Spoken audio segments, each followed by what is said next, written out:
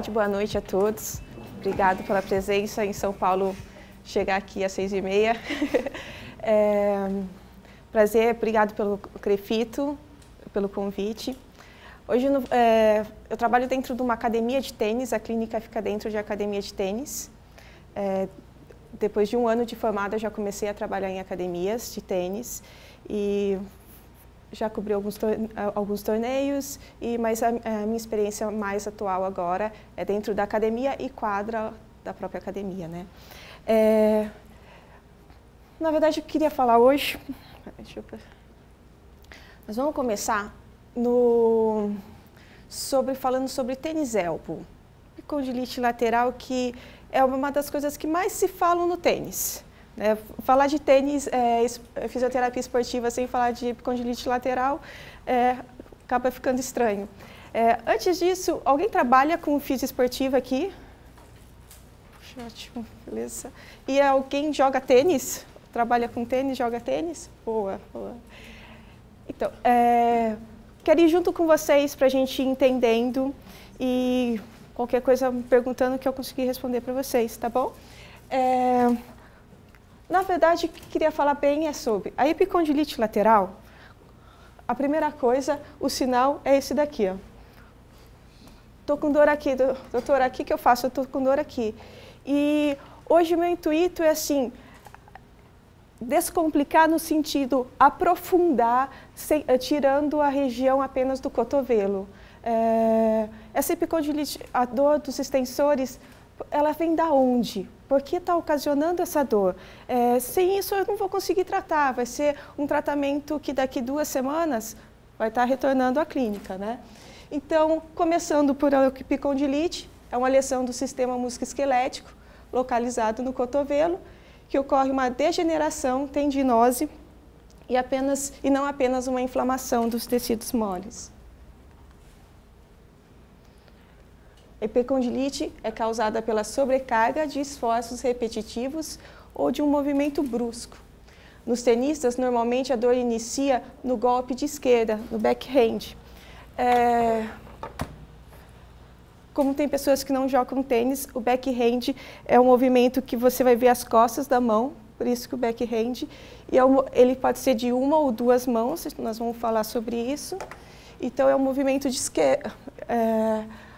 Esse movimento aqui seria o forehand, a frente da mão, costas da mão, backhand, e vamos falar também depois do saque, tá? Então, a causa principal é no backhand, nesse movimento, e os movimentos indevidos, ou seja, déficit nesse movimento, eles são responsáveis por 90% das lesões do cotovelo de tenista, tá? Porém, uma coisa muito relativa é que apenas 1% do profissional tem tênis elbow. Então, assim, é uma característica do tenista amador, por erro de técnica, em sua maioria das vezes, tá? Isso. Então, acomete o tendão do extensor dos dedos e o extensor radial curto do carpo. Tá. Vamos lá, backhand.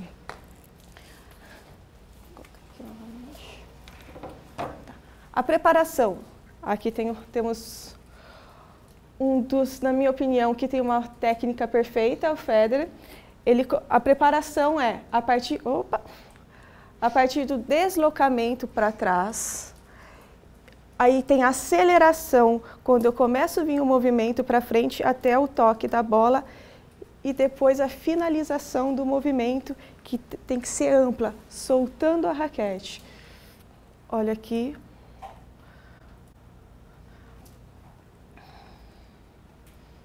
O backhand, então, é a dor. O backhand pode causar dor na face posterior e lateral do antebraço, ter origem devido à técnica inadequada e também à má utilização dos equipamentos. Raquete de peso ou gripe inapropriado que levam maior força de preensão palmar e, consequentemente, sobrecarga isométrica do cotovelo. Então, assim, vou falando um pouquinho para quem desconhece o tênis. Na fisio esportiva, acho que a maior parte diferencial da fisio esportiva é que se eu não conhecer o esporte, eu não vou estar fazendo a fisioterapia esportiva, né? Então, assim, tanto para prevenção quanto para tratamento, temos que conhecer o esporte para tentar ajudar melhor o nosso paciente. Em relação aos equipamentos aqui, a empunhadura, o correto da empunhadura é eu ter um dedo de distância bem central aqui entre o fim desses dedos e a parte da minha mão, tá? Quando eu faço uma empunhadura que esteja muito grande para mim ou pequena, eu tenho que fazer mais firmeza, sobrecarrego mais os extensores, tá? Libragem das cordas. Isso também é variado de tenista para tenista, gosto deles de jogar, tem desde 48 a 60 libras, em média na faixa de 50 a 52 que eles estão jogando. Se eu tenho um encordoamento da raquete muito dura, as cordas, aumento mais o impacto. Também eu sobrecarrego os músculos extensores, tá? Corda, temos também cordas variadas, cordas de poliéster, cordas de multifilamentos. E, infelizmente, as cordas com preços mais acessíveis são mais de poliéster e mais duras. Então, também, e as cordas de multifilamentos, uma semana de treino já estourou a corda, né? Então, assim, eles tentam dosar um pouco isso, porque principalmente no amador, a corda muito dura também causa lesão, tá?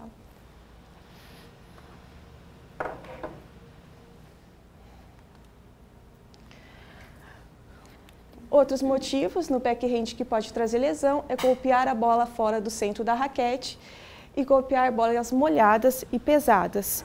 Em relação às pesadas, principalmente para crianças, a bolinha ela tem diferentes pesos na fase infantil, então assim, às vezes um professor colocar a bola de adulto para criança, também eu já posso machucar uma criança desde cedo, né? E a bola, a tendência é bater no centro da raquete num movimento adequado, mas num golpe que a bola bate muito para baixo da raquete, eu tenho que fazer maior firmeza da mão, por causa eu também vou ter mais vibração. Tá? E o que a gente vai dar ênfase agora mesmo são o backhand inadequado, que leva mais ao tênis elbow, né?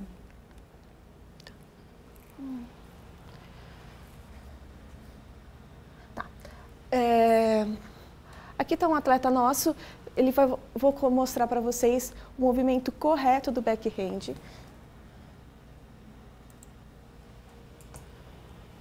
Ixi.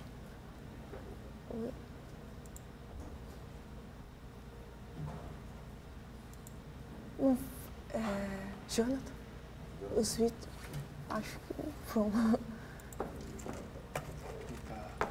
Não está rodando. Você tem um vídeo separado? Tenho.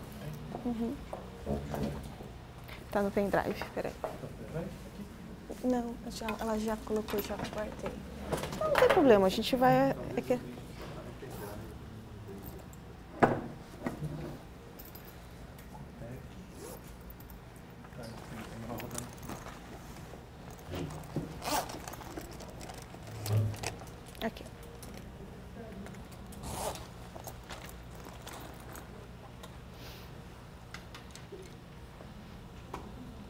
Aula Crefito. Deixa eu pegar o backhand perfeito, coloca esse. Depois, se eu quiser, eu vou abrindo. Ok.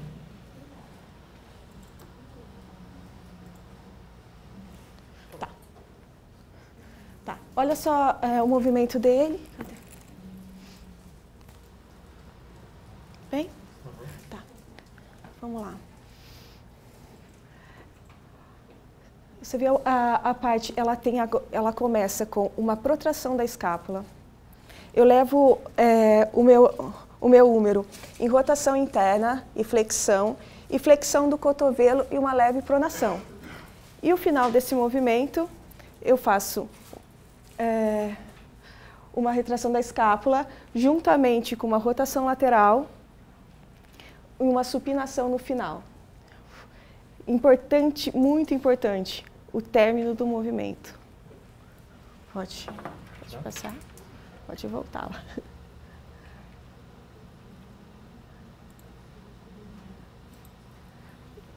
Pode descer. Aí. Boa. Olha lá. Protração da escápula. Pode passar húmero, inflexão e rotação interna. Retração, o término com retração escapular. Opa! Extensão, abdução horizontal e rotação externa. Extensão e supinação do cotovelo. Extensão do punho. Agora o movimento incorreto. Não vai mesmo? Esse vai. Ai.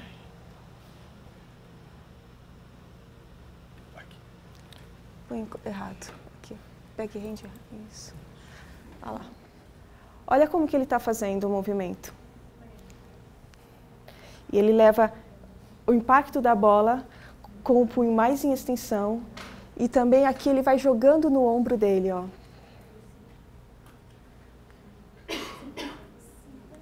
Tá? Acho que volta lá de novo. Tá.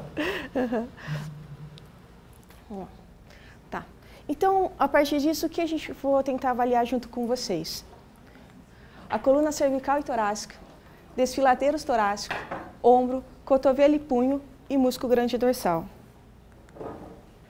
Coluna cervical e torácica. Avaliação da transição C7-T1 é uma zona de estresse mecânico que frequentemente se encontra em disfunção, gerando hipermobilidades na coluna cervical e nos membros superiores. Quando eu tenho uma região mais restrita, eu vou sobrecarregar a movimentação da região que se encontra mais próxima, né? Então, quando eu tenho a região C7-T1, devido ao seu estresse mecânico, saída de costela de T1, a parte de inserção muscular, eu tenho uma hipomobilidade gerando a hipermobilidade das outras regiões, né? Também pensando junto, C7-T1, como articula-se com a primeira costela? A primeira costela se articula com o externo. O externo se articula com a clavícula com o acrômio, membro superior. Então, assim, o que eu estou tentando falar junto com vocês é assim, vamos pensar no conjunto, todas as articulações onde que uma está refletindo na outra, para que às vezes uma hipomobilidade dessa região, ou se não da parte clavicular, nós vamos falando, ela pode gerar a repercussão, por exemplo, no tênis elbow ou em alguma outra lesão, tá? Aqui temos o plexo braquial, tá? Região C7-T1, primeira costela, acabamos de falar, nervo radial, ou seja, tudo que sai da região cervical e torácica alta, toda a inervação que sai. Então, assim, um pescoço, uma tensão de trapézio, uma tensão de escaleno, uma rigidez de movimentação de pescoço, é um dos fatores que eu posso estar ajudando a ter uma compressão nervosa e, consequentemente, eu vou estar fazendo uma irradiação para o cotovelo, e a gente, se tiver mais compressões juntos, né? Juntamente com o C7-T1, vamos falar de C5 a T1, que é a localização da inervação do membro inferior que nós vimos, e dessa região é onde que sai o nervo radial, que inerva o músculo extensor comum dos dedos e o músculo extensor radial curto do carpo, que são os característicos da epicondilite cotovelo de tenista. O nervo radial possui dois ramos, né? O ramo superficial inerva o bráquio radial, inervado pela metade lateral da mão até a falange proximal do dedo. Muitas vezes você ouve deles a irradiação para as mãos. E o ramo profundo penetra pelo músculo supinador e vai inervar o próprio músculo e todos os músculos extensores do membro superior. Tudo bem? Então, pensando nessa região cervical, torácica alta, vamos falar um pouquinho dos desfiladeiros torácicos, que eles também, o comprometimento deles ajudam a nos provocar lesão. O plexo braquial é formado pelos ramos anteriores de 4 nervos cervicais, C1 a C8 e de primeiro torácico. este plexo inerva os membros superiores e ele passa pelos 3 desfiladeiros escápulo-torácico, interescaleno, costoclavicular e peitoral menor, antes de chegar ao membro superior. Então, plexo braquial como um todo e toda a sua inervação correspondente.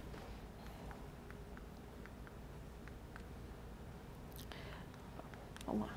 Desfiladeiro torácico. A compressão da região dos desfiladeiros torácicos compromete a inervação e também a vascularização dos músculos extensores do cotovelo. Tá.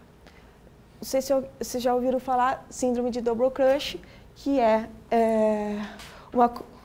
uma compressão distinta em 2 ou mais locais ao longo do nervo periférico, que pode coexistir e aumentar sinergicamente a intensidade dos sintomas. Ou seja, o tênis é um esporte que trabalha muito o membro superior com grande quantidade de repetições. Se eu tenho uma compressão na parte cervical e uma compressão do peitoral, por exemplo, eu posso estar fazendo toda a irradiação para o cotovelo também, não só o cotovelo, todo o resto do membro superior, né? Então, quando a gente cogita essa hipótese, pensar em todo o caminho do percurso desse nervo, né? Para a gente tentar achar aonde que ele está sendo bloqueado. Desfiladeiros torácicos. Aqui tem uma foto, não está tão clara, mas assim, escalenos, quando ele passa pelos escalenos, aqui o plexo braquial passando pelos escalenos, certo? Costoclavicular, entre a costela e a clavícula, e aqui peitoral menor, o plexo braquial quando passa pela região abaixo do peitoral menor. Para isso, temos os testes, teste de Addison, verifico a artéria radial, pego a pulsação, e aí eu coloco o membro inferior em extensão, o braço em extensão, e faço uma rotação para o mesmo lado. Se a magnitude do pulso diminuir, é que eu tenho uma compressão dos escalenos desse lado. O teste de Eden, eu levo o braço em extensão, leve abdução e eu faço uma traçãozinha. Essa traçãozinha, ela também vai ajudar a apertar a costoclavicular e, ou seja, se tiver uma diminuição do espaço, eu faço a compressão do plexo braquial. Do mesmo jeito, antes eu sinto o pulso radial, se diminuir a magnitude do pulso radial após o teste, é porque eu tenho o teste de Eden positivo. O teste de Wright, abdução de 90 graus do ombro, flexão do cotovelo, sinto a artéria radial novamente, antes do movimento, coloco no movimento e se tiver diminuição do pulso, novamente, agora devido ao peitoral menor. Okay? Bem, agora passando um pouquinho da região cervical, falar a parte do ombro, retração da cápsula posterior, uma diminuição na preparação do backhand, quando eu tenho a cápsula posterior, vamos comigo, retraída, esse movimento vai estar exacerbado, diminuindo esse movimento de rotação lateral. Se eu diminuo a rotação lateral, diminuo a efetividade da rotação lateral, eu tenho menos alavanca para o movimento do tênis. O impacto da bola, eu preciso da alavanca. Se eu tenho retração da cápsula posterior, eu não consigo ter esse movimento completo. Esse movimento vai estar retraído e eu tendo menos alavanca. Sobrecarrego os meus extensores novamente. Tá?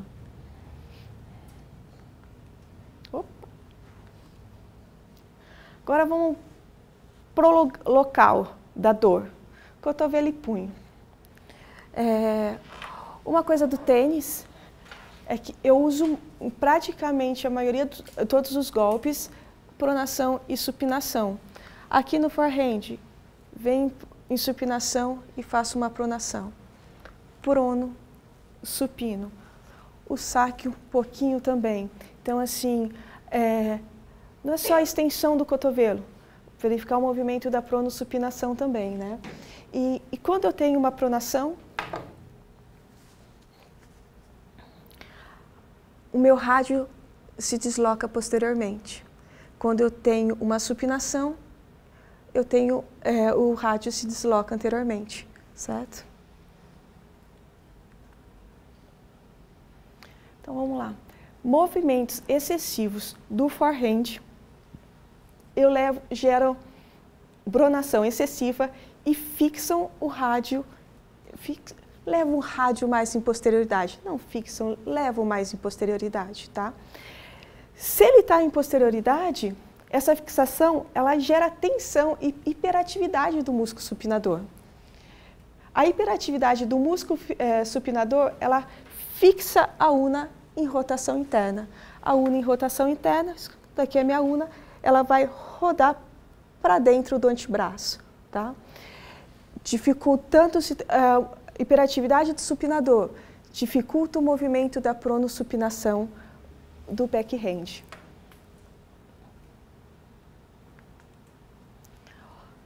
Continuando com o rádio em posterioridade, na pronação, ele limita o deslizamento anterior da cabeça do rádio, consequentemente, aumenta a tensão dos músculos supinadores e extensores do punho, tá?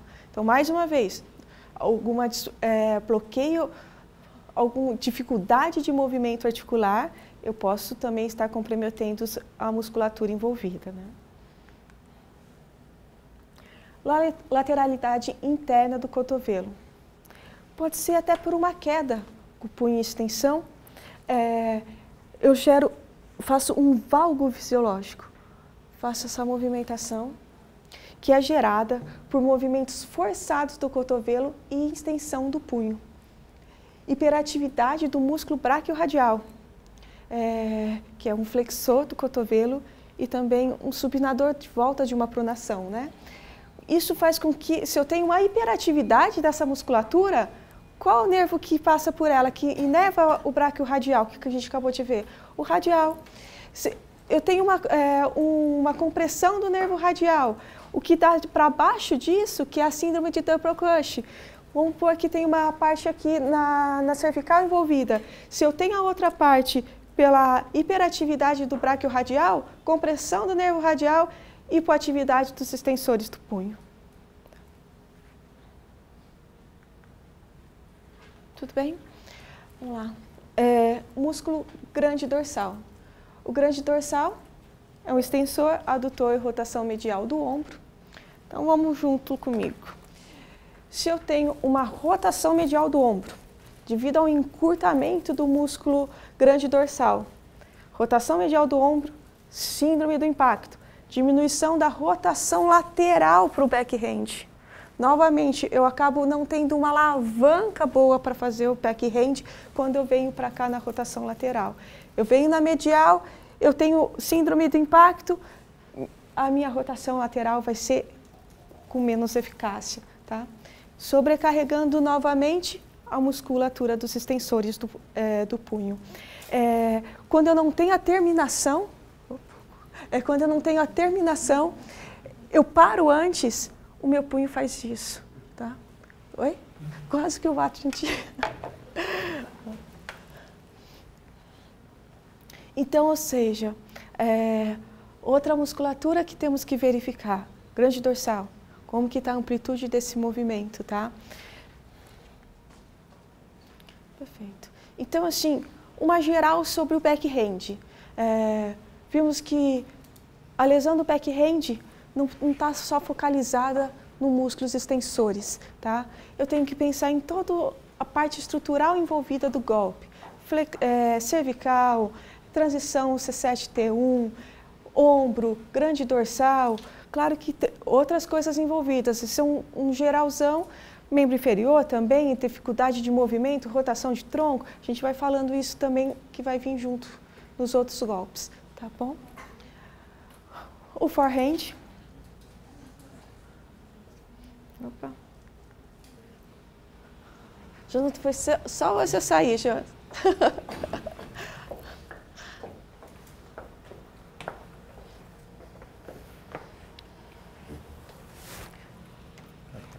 Opa, foi? Ah, não, essa é outra. Que pena. Forehand, perfeito. Isso, tá. Aqui é um forehand. Queria dar uma ênfase. Olha a rotação de tronco do forehand. Tá? Antes de começar o forehand, tem uma coisa sobre o backhand que queria falar, que é backhand de uma mão e backhand de duas mãos. Tá? Atualmente, a década de 80 era mais backhand com uma mão. Hoje, nas escolinhas, acaba passando mais o backhand com duas mãos. Opcional do atleta, né? Mas o backhand com uma mão, eu sobrecarrego mais os membros superiores. Eu sobrecarrego os membros superiores porque eu tenho que ter uma maior alavanca desse movimento jogado no ombro. Para o backhand de duas mãos, minha alavanca vai estar no tronco, não tanto no ombro. Tá? Então, o backhand de duas mãos, ele está aqui, ó, nessa rotação. Já o de uma mão é no ombro, tá? Hoje em dia, quem joga só com uma mão, Nadal? Não, Federer é uma mão. É o Nadal mais duas. Federer. Ainda, classicamente, o melhor uma mão é o Federer. Mas é opcional, assim, do atleta. Eu já tive atleta que fazia com duas mãos e depois com uma mão. Esse atleta aqui, ele joga backhand com duas mãos, e aí eu falei para ele, vou te filmar com backhand com uma mão. Aí o técnico falou, nossa, nós vamos pensar em mudar seu backhand para uma mão que está melhor do que com duas. Então, assim, é opcional do atleta. Né? Voltando. Agora tem que voltar de novo. Correto. Atrasado. Errado, isso mesmo, desculpa, errado. Olha aqui o movimento incorreto do forehand. Quase não tem rotação de tronco comparado com o anterior. Ele não, além de não ter a rotação de tronco, ele não leva esse ombro para trás. Tá? Eu jogo tudo isso no punho. Tá? Então, assim, aqui comigo. No forehand, a bolinha, principalmente porque assim, não existe jogo ou treino que não vai pegar a bola atrasada. Excelência seria não pegar, mas pegam a bola atrasada. A bola está atrasada, para eu pegar essa bolinha que vai estar nessa direção aqui, se eu venho não vou mexer o meu membro superior. Se eu venho com a rotação de tronco, dissociação de tronco, eu chego nela. Um atleta que não tem dissociação de tronco, não tem firmeza do core, ele não roda tanto, eu vou jogar o ombro. Depois do ombro, cotovelo e punho. Então, a bola atrasada, aqui, tá? Tem um videozinho da bola atrasada aí. Atrasado, isso.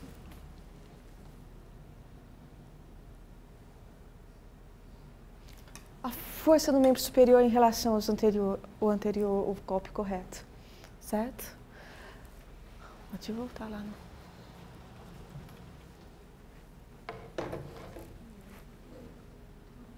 Então, o forehand atrasado. É um dos outros motivos que temos dor nos extensores, tá? Diminuição da rotação do tronco, aumento da extensão do ombro, cotovelo e punho, sobrecarrega a musculatura dos extensores.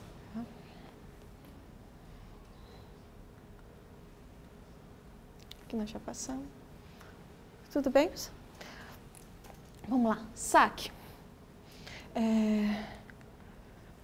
Vamos para o saque aí também. Saque errado, saque 1, 2, 3. Vai no 3. Isso. Isso.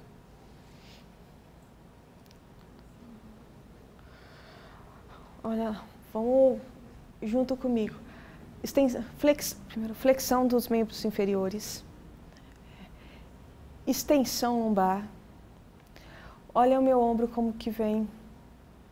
Extensão com flexão, tá? E inclinação do tronco para o lado oposto do início do movimento. Ok? Isso pode, desculpa, pode passar. já vai estar o outro. Agora voltamos lá no incorreto. Errado. Vamos lá. Olha um golpe errado.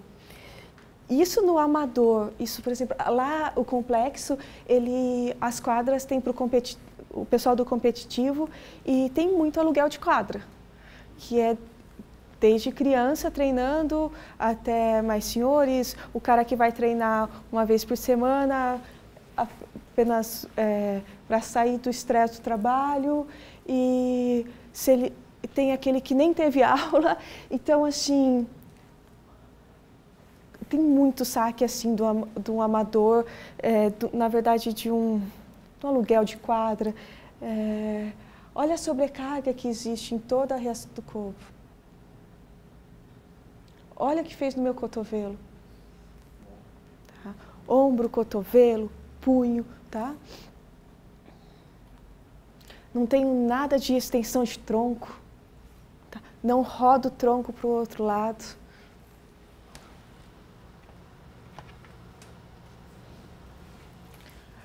Então, agora eu vou falar assim, algumas possíveis alterações que levam às lesões devido ao movimento do saque.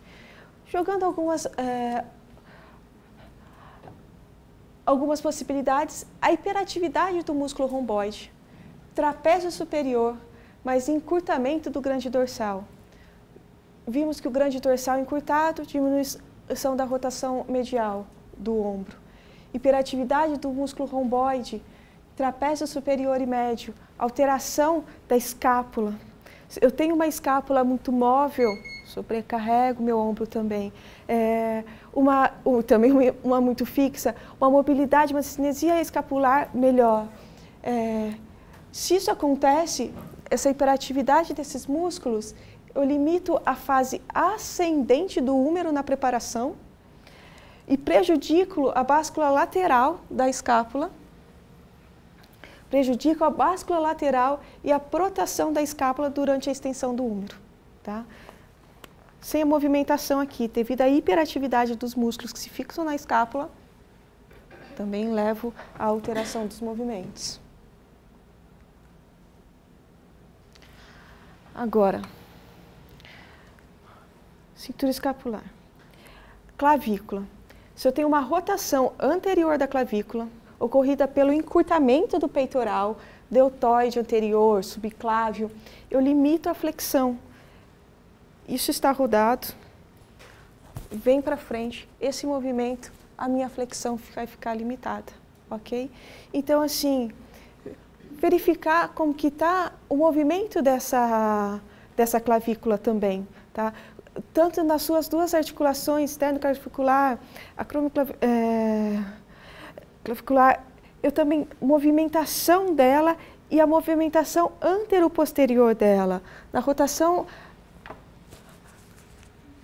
medial, ela vem para o anterior. Na rotação lateral, ela vem para a posterior. Sente ela, como que ela está, se ela está com uma movimentação. Muitas vezes, com energia muscular desses músculos de rotação lateral e medial, eu já solto a minha clavícula e eu melhoro muito o movimento dessa região.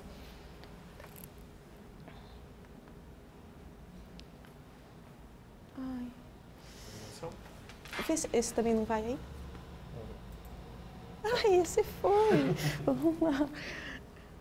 Olha lá, a movimentação completa. Rotação, flexão do húmero. Ó a movimentação da minha escápula.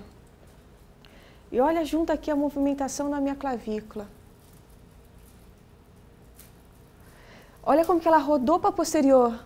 Se ela está fixa em anterioridade, já detona esse movimento. Acho que vai de novo, por favor.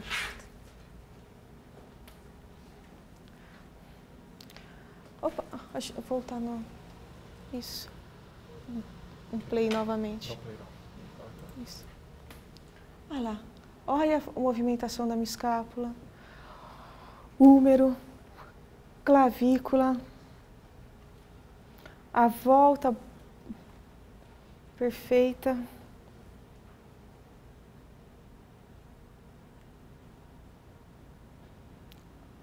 Olha a rotação da clavícula.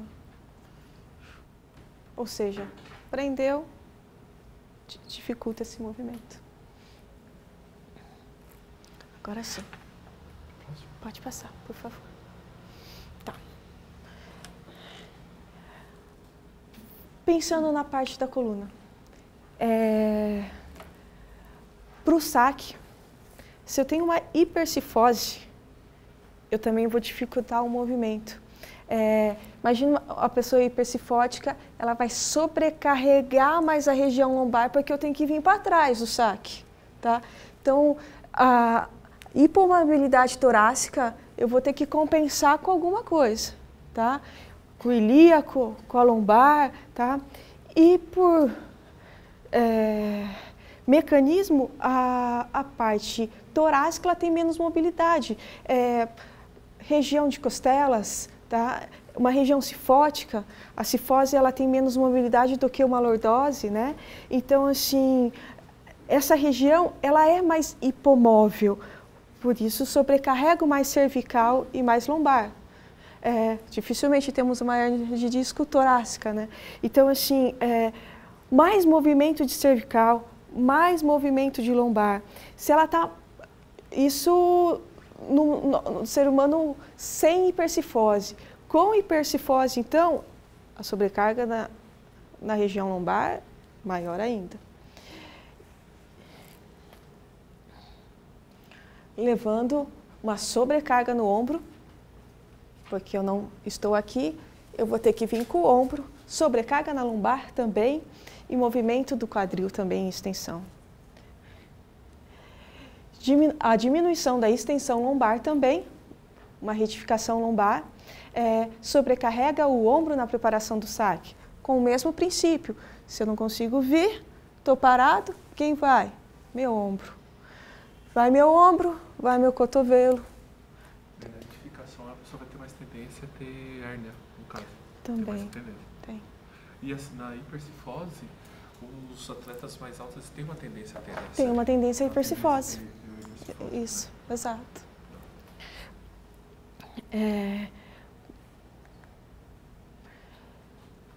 E outras, para completar, alterações na pelve, um ilíaco anterior. Quando eu tenho um ilíaco anterior, a minha movimentação do saque, pela fixação, a hiperatividade dos músculos que fixam ele em anterioridade.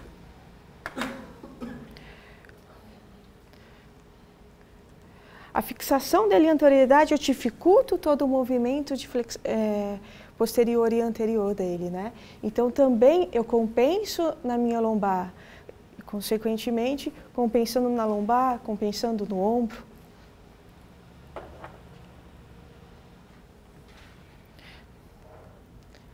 Então, assim, até aqui eu queria, na verdade, tentar mostrar pela epicondilite e depois por alguns outros, da gente ver que as sobrecargas de outras regiões, a hipomobilidade de outras regiões, compressões, pode ser o fator dessa epicondilite e não só a musculatura dos extensores. Tá? Agora eu vou mostrar um pouquinho de tratamento, mas o que eu pensei para hoje era tentar mostrar isso que a gente acabou em relação, assim, olhar mais aberto para a lesão, né? Olhar global para o tenista, para os movimentos do tenista. O tratamento é variado de cada um, cada técnica que a pessoa tem, né? Então, assim, vou te dar comigo eu vou mostrar aqui mais bastante propriocepção, mas técnicas faciais, energia muscular, osteopatia, quiropraxia, Mulligan, eletroterapia, deslizamento, todas as áreas da fisioterapia. Dentro do tênis, do squash, as lesões são as mesmas? Muito próximas, sim. Muito próximas. Então,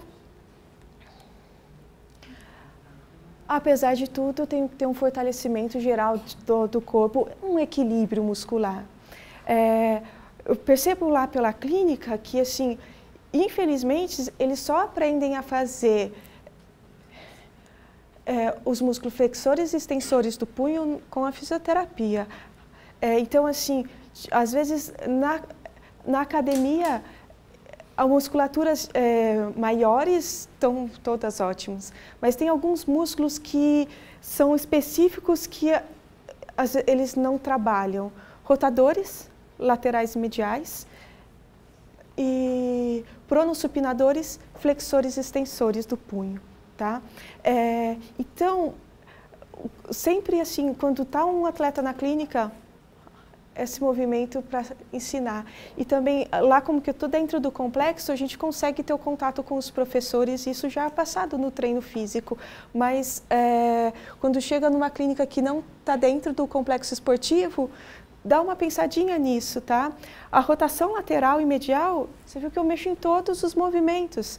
No backhand eu tenho rotação lateral e medial, no forehand rotação lateral e medial, no saque, são os 3 principais, mas mesmo nos outros movimentos eu acabo tendo. Então, assim, os rotadores não ajudando nesse complemento aqui de firmeza escapulohumeral, também acaba sobrecarregando o supraespinhal em alguns movimentos do ombro. Flexores e extensores, então, flexão e extensão, pronossupinação, com pezinho, com elástico. Uma coisa que a gente tenta meio que obrigar é ter elástico na raqueteira, tá? Para ensinar aquecimento antes, movimentos do tênis com aquecimento pré-quadra. Para o profissional isso é fácil, mas para o cara que aluga a quadra, ele não quer perder 1 minuto do aluguel da quadra sem estar jogando, tá? Então, assim, 5 minutos antes, por favor, para aquecer. Borrachinha, aquece nos golpes. Dou 5 básicos, claro que pode ter muitos outros, mas esses 5 básicos é só para fazer, porque se eu passo uma escala de 10, ninguém faz nada. Então, assim, rotação lateral e medial, a borrachinha na grade, e os golpes. Borrachinha, aqui ó, trago o movimento da borrachinha no forehand, trago no backhand, que seja com 1 ou com 2 mãos, faço aqui no saque a borrachinha, aqueço antes para a quadra. Fator preventivo para a gente diminuir as lesões. A borrachinha eu posso fazer tanto com o aquecimento quanto com o fortalecimento, né? Então, assim, ensinar o fortalecimento para eles.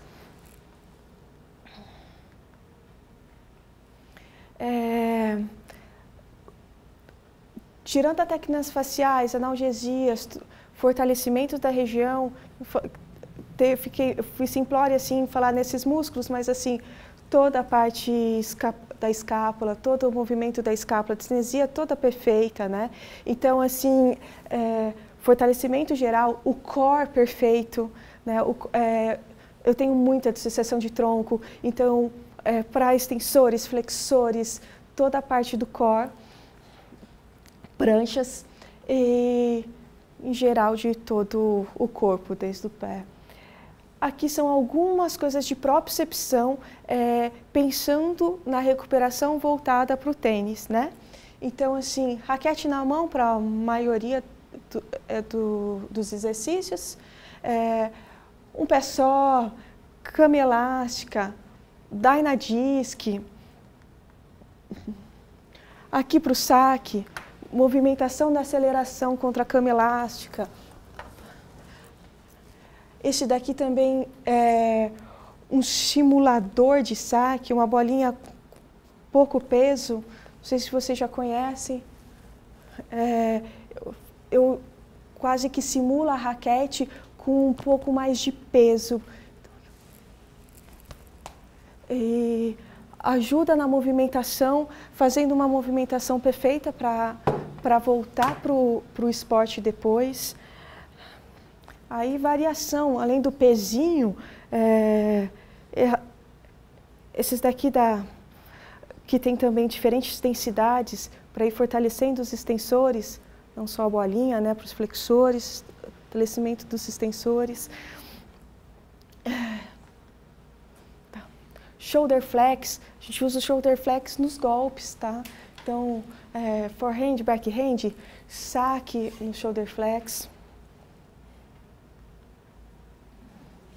Elástico na raquete para movimentação, pegando a movimentação com resistência na própria raquete, tá? Então, faço o movimento da cadeia com o elástico na própria raquete. Estabilizador core, fazendo os golpes para fazer uma instabilidade, ajudando a firmeza do core.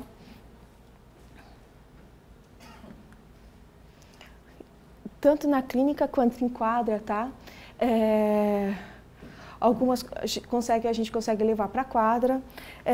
Aqui é uma medicine ball de 1 quilo, só aquelas são mais plásticas que eu consigo ter uma pegada melhor, para fazer uma parte de excêntrica dos extensores, tá? Então eu jogo por trás a bolinha e a bolinha aqui ela pega e segura o movimento com o peso do medicine ball.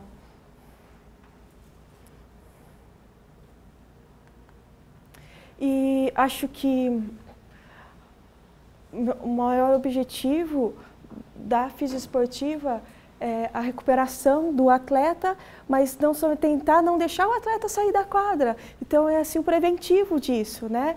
Então passar a conscientização para eles dos exercícios, do equilíbrio, de tudo, para prevenção de lesões, que o atleta, qualquer atleta, o atleta do tênis é um atleta que o prazer dele é a quadra, quanto ele quer estar na quadra o maior tempo possível, né? E esse videozinho, peraí, deixa eu ver se eu... Eles não desistem nunca. Aqui a duração de um ponto.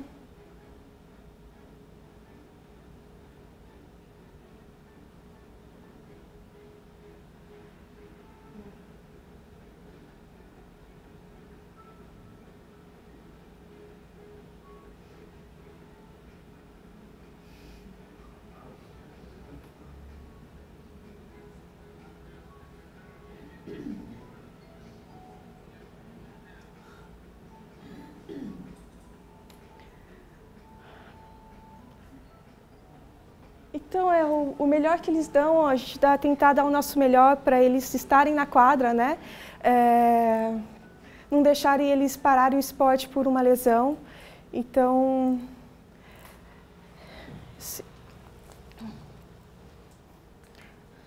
esse é um geral do que eu trabalho lá na clínica. E espero ter ajudado em alguma coisa hoje. E que precisarem, ficou pequenininho, mas é pricândido@gmail.com, tá?